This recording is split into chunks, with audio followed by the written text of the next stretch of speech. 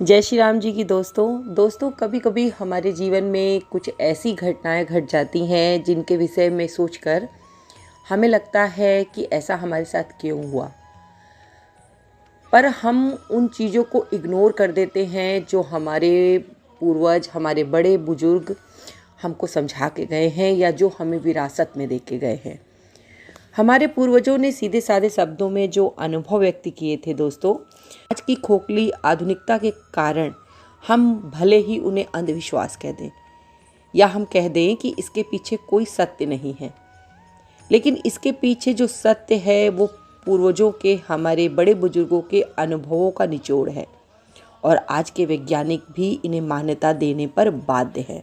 वो बात हमारी समझ में नहीं आती या जिन तथ्यों को हम भली प्रकार से समझ नहीं पाते उन्हें अंधविश्वास कहकर छोड़ देते हैं। ये हमारी सोच है कि जो भी कुछ हमें समझ में नहीं आ रहा, अरे ये तो अंधविश्वास है, और हम उसका पालन नहीं करते। या जो लोग इनका पालन करते हैं उन्हें हम दकियानुसी या कुएं का मेढक ये सब कहकर खिल्ली उड़ा देते हैं। परंतु दोस्तों, कुछ शोध कार्य ऐसे हुए हैं जिनसे पता चलता है कि हमारे पूर्वजों ने जो बातें कही थी या जो तथ्य निर्धारित किए थे उनके पीछे वैज्ञानिक कारण है और उनका हमारे जीवन, हमारी कार्य पद्धति पे पूरा प्रभाव पड़ता है। आइए जानते हैं क्या वो तथ्य है और क्या उनके पीछे का कारण है। सबसे पहले आप सभी लोगों का स्वागत करती हूँ हमारी प्यारी फैमिली श्री हनुमंत साधना रहस्य पर। दोस्तों, सबसे पहले मैं जो टॉपिक लेना चाहती हूँ वो टॉपिक हम लोगों के साथ अक्सर हो जाता है, जैसे हमारी आँख का फड़कना। आप सब लोगों के साथ कभी ना कभी जीवन में इस तरीके की घटना होती है कि हमारी कोई ना कोई आँख फड़कना शुरू होती है तो काफ़ी लंबे समय तक फड़कती है। क्या कभी आपने सोचा है कि ऐसा क्यों होता है? दोस्तों, मनुष्य के शरीर के 3 सबसे ज़्यादा संवेदनशील जो अंग माने जाते हैं, जिनमें है हमारा हार्ट, हमारा माइंड और हमारी आँखें। इन अंगों में ये विशेषता होती है कि छोटी से छोटी तरंगों को ये पकड़ लेती हैं और आँखों की संरचना भी कुछ इस प्रकार से हुई है कि वो अदृश्य तरंगों को भी ग्रहण कर लेती हैं। इस दृष्टि से पुरुष की बाईं आँख और स्त्री की दाहिनी आँख उसके व्यक्तिगत जीवन में आने वाली दुर्घटनाओं को भांपने की विशेष क्षमता रखती है। ऐसा मैं नहीं कह रही हूँ, इसके पीछे भी बहुत बड़ा वैज्ञानिक तथ्य है जिसे मैं स्पष्ट भी करूँगी। और जब भी स्त्री की दाहिनी आँख और पुरुष की बाईं आँख फड़कती है तो कुछ ना कुछ, यानी थोड़े समय बाद, 1-2 दिन बाद हमें कुछ ना कुछ विपरीत समाचार मिलता ही मिलता है या कोई दुर्घटना घटित हो जाती है। रूस के वैज्ञानिक यांतुआ ने वैज्ञानिक प्रशिक्षणों से ये सिद्ध किया है कि इन आँखों में विशेष प्रकार की ग्राहकता होती है और जब कोई दुर्घटना या विपरीत तथ्य घटित होने वाले होते हैं उससे कुछ घंटे पूर्व हमारी आंखें फड़कने लगती हैं। संबंधित आंख फड़कते ही संकेत मिल जाता है कि हमारे जीवन में कुछ ना कुछ अनहोनी घटित होने वाली है। इसके विपरीत जब हमारा कोई कार्य सिद्ध होने वाला होता है या कोई शुभ होने वाला होता है तो आदमी की, यानी कि जो मैन है, यानी कि जो मेल है, उनकी दाईं आँख और जो फीमेल है उनकी बाईं आँख फड़कने लग जाती है, क्योंकि उस प्रकार की वेव या तरंगों को प्रत्यक्ष रूप से हमारी आंखें ग्रहण कर लेती हैं। तो इसे कभी भी आपको हल्के में नहीं लेना चाहिए कि अगर आपकी आंख फड़क रही है तो उसको आपको इग्नोर नहीं करना है। तो आपको तुरंत अपने इष्ट देव से प्रार्थना करनी चाहिए और अपने भगवान से प्रार्थना करें कि आपके जीवन में जो भी कुछ घटित होने वाला है अशुभ, उसका वो समाधान आपको बताएं और आपकी रक्षा करें, आपके परिवार की सुरक्षा करें। इसी तरीके से जो दूसरी हमारे साथ घटना अक्सर घट जाती है वो है कि कहीं हम जा रहे होते हैं, बड़े आराम से जा रहे होते हैं और एकदम से हमें ठोकर लग जाती है।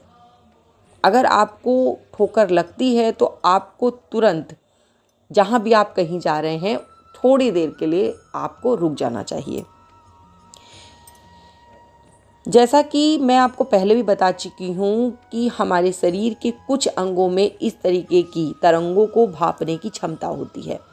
उन तरंगों को ग्रहण करने पर व्यक्ति की चाल में थोड़ी सी लड़खड़ाहट आ जाती है, यानी कि जैसे ही हमारा शरीर किसी प्रकार की नेगेटिविटी को भांपता है, हमारी चाल थोड़ी सी लड़खड़ा जाती है, जिसके फलस्वरूप हमें ठोकर लग जाती है।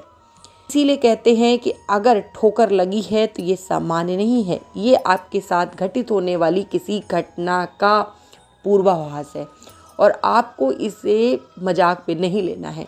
आपको ठोकर लगी है, कहीं आपका पैर फिसल गया है, तो आपको थोड़ी देर वेट करने के बाद अपनी यात्रा को पूरा करना चाहिए। या दोस्तों, अचानक से कभी कभी आपके साथ ऐसा होता है कि आप कहीं जा रहे हैं, ज़रूरी काम से जा रहे हैं, और एकदम से बिल्ली आकर आपका रास्ता काट जाए। घर से निकलने से पहले या किसी शुभ कार्य पर जाने से पहले बिल्ली रास्ता काट देती थी तो हमारे घर के बड़े बुजुर्ग टोक देते थे कि नहीं भाई, बिल्ली ने रास्ता काटा है, कुछ क्षणों के लिए रुक जाओ, उसके बाद चले जाना। पर हम उनकी ये बात हंसी मजाक में उड़ा देते हैं, पर इसको भी दोस्तों वैज्ञानिकों ने आधार दिया है।